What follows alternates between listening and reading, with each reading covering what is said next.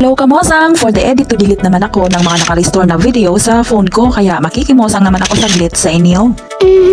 Nakasama si Abel sa mga delegado ng Masbate Province kaya hinatid siya nito noon ni Kuya niya Doy sa pier. Mukhang masaya yan sa pinakaunang travel niya sa labas ng Masbate. Pero bago ko pa makalimutan ay marami pong salamat sa LGU Aroroy.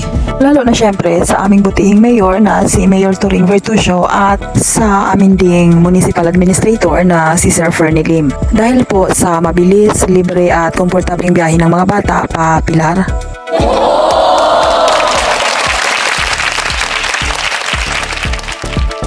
Sa mga manlalayag po ng bangka, maraming salamat din po sa walang pag-aatubiling paghatid ng mga bata sa Pilar. Mula sa pag-assist na makasakay hanggang sa pag-aayos ng kanilang mga bagahe at makababa ang mga bata ng ligtas, maraming salamat po sa inyo. Lalo nang dumaong na ang sasakyan sa Pilar Port.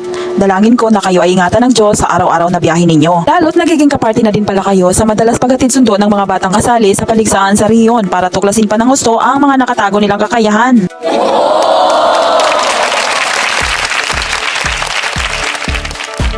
Pagbaba namin sa pier ng Pilar ay sinunod na muna kami ng aking hipag na si Ate Mabel para daw makapagpahinga at makakain na rin saglit. Maraming salamat din sa kay Ate Mabel sa pagpatuloy niya sa amin sa kanilang bahay. At syempre sa paghahanda na rin ng aming pagkain.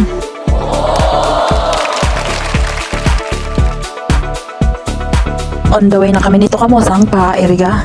Doon po kasi ginanap ang RSPC 2024. Sinamahan ko nito si Abel dahil nag-aalangan pa kasi ako na hayaan siyang maging independent. At sa wari ko baka magsuka sa mahabang biyahe. Ang ending, ako ang nagsuka sa biyahe at hindi si Abel. Dumating na nito ang aming van na sinasakyan sa aming billeting quarter. Sa gate pa lang ay mainit na ang kanilang pag-welcome sa delegasyon ng Masbate. Papasok na kami nito kamosang sa Rinconada National Technical Vocational School sa Santo Domingo, Iriga. Marami silang mga asyeret sa daan para personal na ituro sa amin ang magiging quarter ng mga bata. Finally, nakarating na rin sa destinasyon. Salamat naman sa Diyos at maayos kaming nakarating. Palis na itong driver ng van at syempre, pinasalamatan ito ni Ma'am Sharina sa paghatid sa amin ng ligtas. Malawak itong lugar kaya sa wari ko kung may mega mall ay parang mega school ito. Very accommodating pati mga CAT officers nila. Sila ba naman ang nagbuhat ng dala naming tubig inumin at nagbaba na rin ng ibang bagahe sa van. Masasabi ko na lang talaga na pinaghandaan ito ng gusto ng lungsod ng Iriga maging ng mga schools na naging billeting quarters ng mga delegado sa Regional Schools Press Conference 2024. Kung mapapansin nyo kamosang ay pwede kang sumalamin sa sahig nila. Makintab na ang sahig at malinis na ang malawak nilang classroom nang dumating kami dito. Sigurado ako na bago pa man ay abala ang mga classroom teachers dito sa paghahanda ng posibleng kakailanganin ng mga delegado. Alam niyo po kasi kamosang nang pagdating namin ay meron na silang mga nakahandang karton, banig, marami ding mga komo, tubig inumin, mga biscuits, candies, pati katol provided pa din sa amin. Kaya Rinconada National Technical Vocational School, marami pong salamat sa mainit na pagtanggap niyo sa amin. Kami lang itong mga parents na sumabay sa biyahe. Hapon na kami nito dumating at hindi pa libre ang pagkain ng mga bata. Dahil nagugutom na ang mga bagets ay syempre to the rescue kaming mga parents. Pagdating namin sa bayan ay dito na nga kami nagkandaligaw-ligaw kung nasaan ang bahay ng bubuyog. Sa haba ng aming nilakad, pati rayuma ko doon pa nag-albruto. Sa kalalakad, nakarating kami dito, nagpahinga na muna habang inaaninaw kung nasaan na banda ang bubuyog.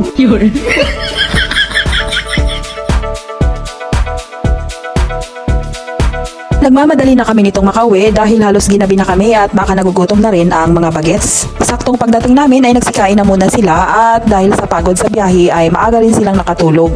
Okay.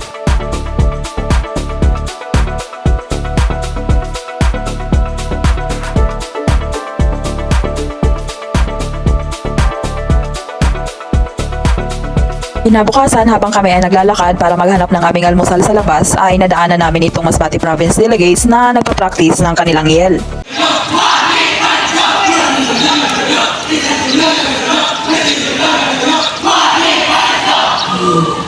Hindi pa ready ang almusal nila Abel nito pero dahil merong photo booth doon kahit labag sa kanya ang compulsory na dapat mag-smile ay for the go na lang siya dahil kako nangangalay ng kamay ko sa pagkuha ng magandang angle sa kanya. Wow, Angel. Sana all.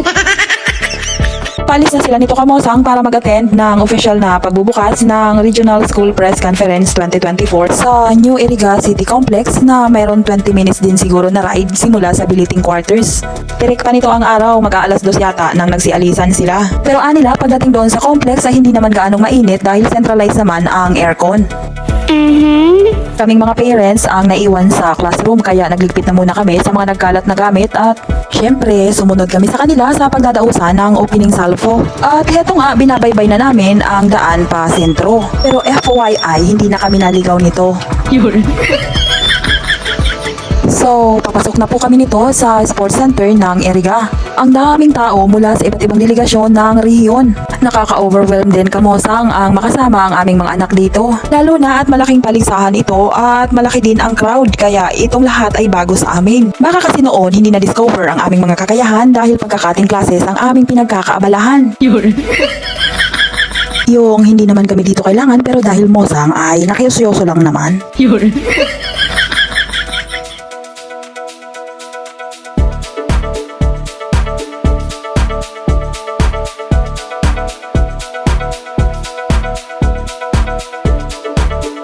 Ladies and gentlemen, the RSPC 2024 is now open.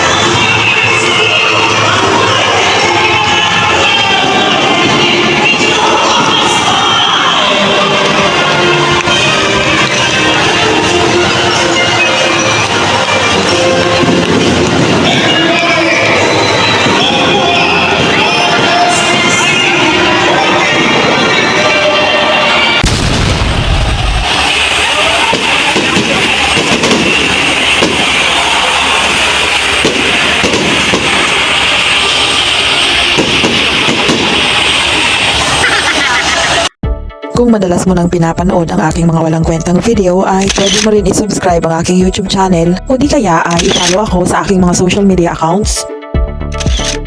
Ma-share ko lang kamosang na itong aking paggawa ng mga video vlogs ay hindi naman sa pangarap na gusto kong sumikat. Bonus na lang po kasi yun kung ako'y mamonetize. Nang nag-uso kasi ang social media ay ito rin ang nakitaan ko na po pwedeng paglagyan ng mga masasayang memories ng aking buong pamilya, mga kaibigan at yung pang-araw-araw ko na gawain. Sa araw-araw yung hindi ko naaalalahanin na paano na lang pagka nasira ang phone ko o hindi kaya ma-full storage ang cellphone ko.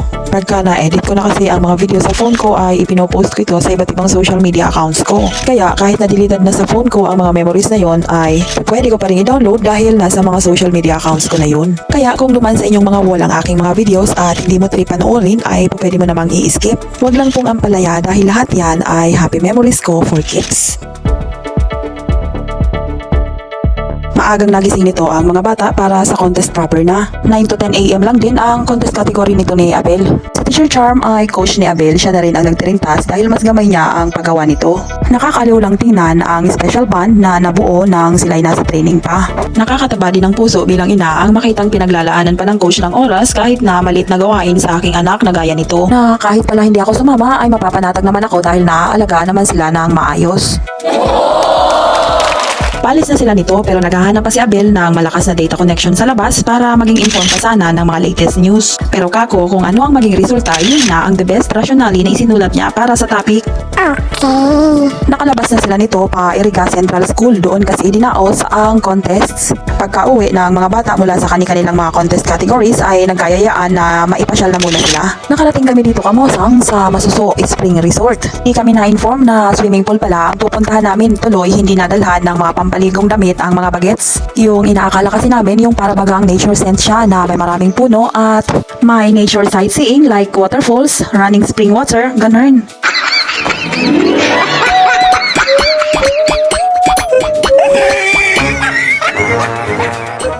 Alam mo yun, yung expectation na bago kami umalis ng bahay ay sinabihan ko pa si Makmak at saka si Abel na pagkadating doon ay wag sila turo ng turo dahil baka sila ay manuno. Pero ang reality ay hindi ganun, kamosang. Ang maganda lang dito, ang kanilang tubig galing sa spring malamig. Pero dahil hindi naman yun ma-enjoy ng mga bata dahil walang mga dalang pampaligong damit, ay ipinagpaalam ko na lang si Abel na ipasyal sa bayan. Sana all. Pumasok kami sa simbahang katoliko ng Iriga para personal na magpasalamat sa araw-araw na regalo ng buhay at sa pagkakataong nakarating kami dito. Pambihirang pagkakataon na rin ito na nakabakasyon ako saglit at iyon ay pinagpapasalamat ko syempre sa aking mga anak dahil nakapasyal din ako ng mabilisan dahil sa kanila. Nakakatama din kasing umalis-alis lalo wala ka namang pakay sa lugar at napakainit pa ng panahon. Pero ang totoo, pagka wala kang budget ay paano nga ba magbakasyon? Kaya maigi na rin na may mga oportunidad na gaya nito ang mga bagets kaya nakakalibre na rin ako ng pamasahe kahit papaano.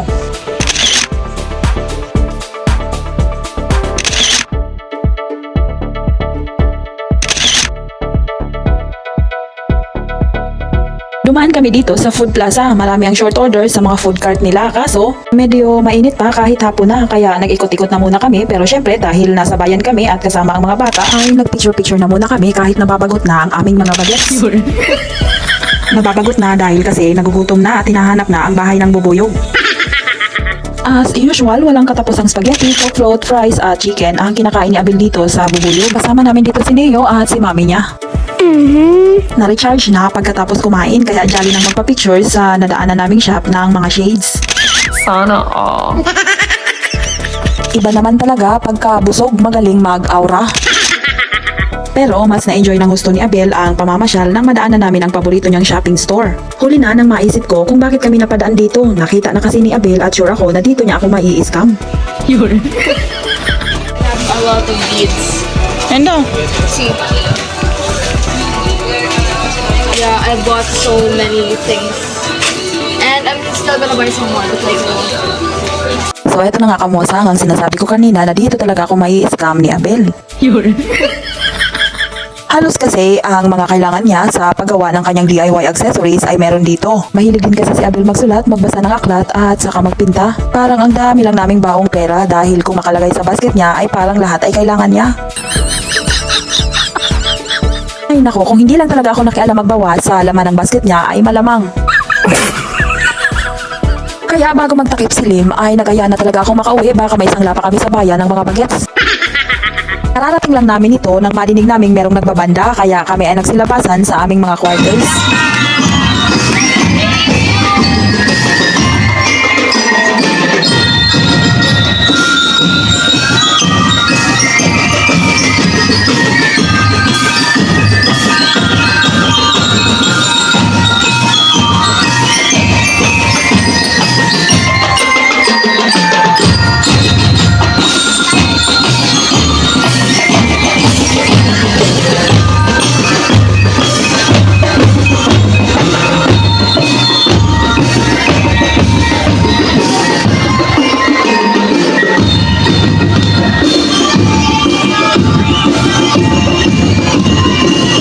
Meron daw po kasi kamosang ng Despedida program ang Rinconada National Technical Vocational School sa mga delegates ng Masbate. Syempre dahil nga mosang ay nanood din kami.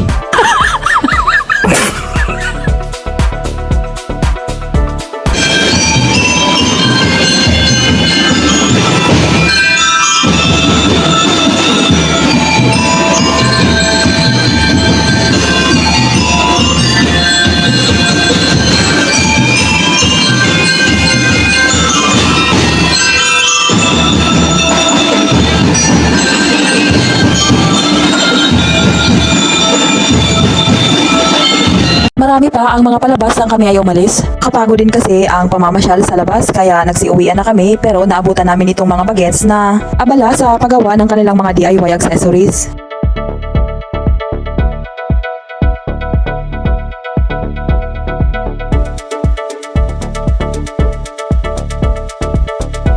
Nitong araw ay announcement na ng mga nanalo.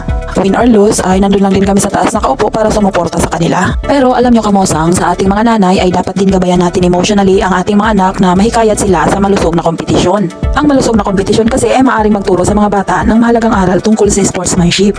Ang kahalagahan ng paghahanda at disiplina dahil likas na sa atin ang kompetisyon. Ang pinakamagandang aral kasi na itinuturo ng mga kompetisyon ay ang pagiging handa nila sa hamon na ibibigay sa kanila ng buhay. Ang panalo at pagkatalo ay parehong nag-aalok ng mga napakahalagang aral sa buhay. Pero alam nyo kamosang, kahit well prepared nito si Abel emotionally sa kanilang pagkatalo ay hindi pa rin naiwasan na umiyak siya at apektado ng ilang oras sa naging resulta. Bago kasi sa kanya ang mga karanasan na ganito at nakaka-overwhelm naman talaga ang intense sa complex. Pero ipinaunawa ko sa kanya na wala namang nagagalit kung natalo sila. Walang nagbago at araw-araw naman akong proud sa kanya at masaya na nakarating syempre kami dito. Tayong mga nanay din kasi kamosang ay gagawin din ang kayang suporta natin sa ating mga anak para lang sila ay marilib din sa kanilang pagkatalo sa kabila ng mga pagsisikap na kanilang ginawa. Kapag natalo kasi sila ay tayo din ang unang nalulungkot sa pwede nilang maramdaman.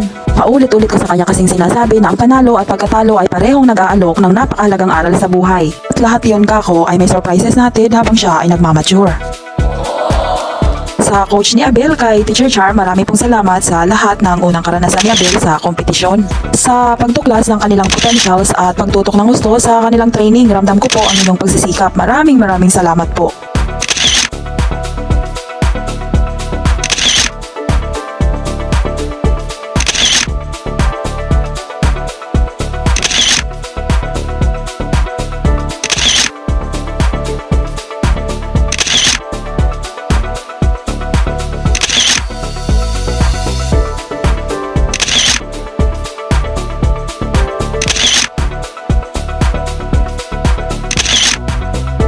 Pauwi na kami nito pabalik ng Aroroy.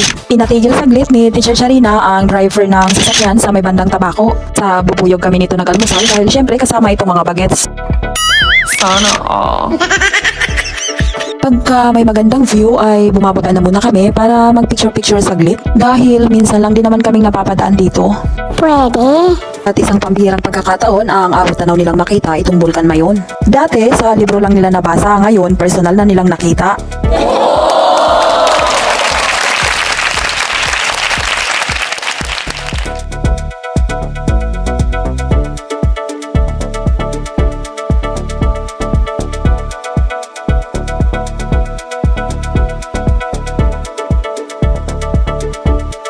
Sa kay Teacher Charina, marami pong salamat sa aking libreng sakay pa Iriga at pabalik naman pa Pilar. Nakakatuwa talaga Teacher Chan na isinabay mo kami sa iyong biyahe. Nakalibre tuloy ako sa pamasahe. Sana all.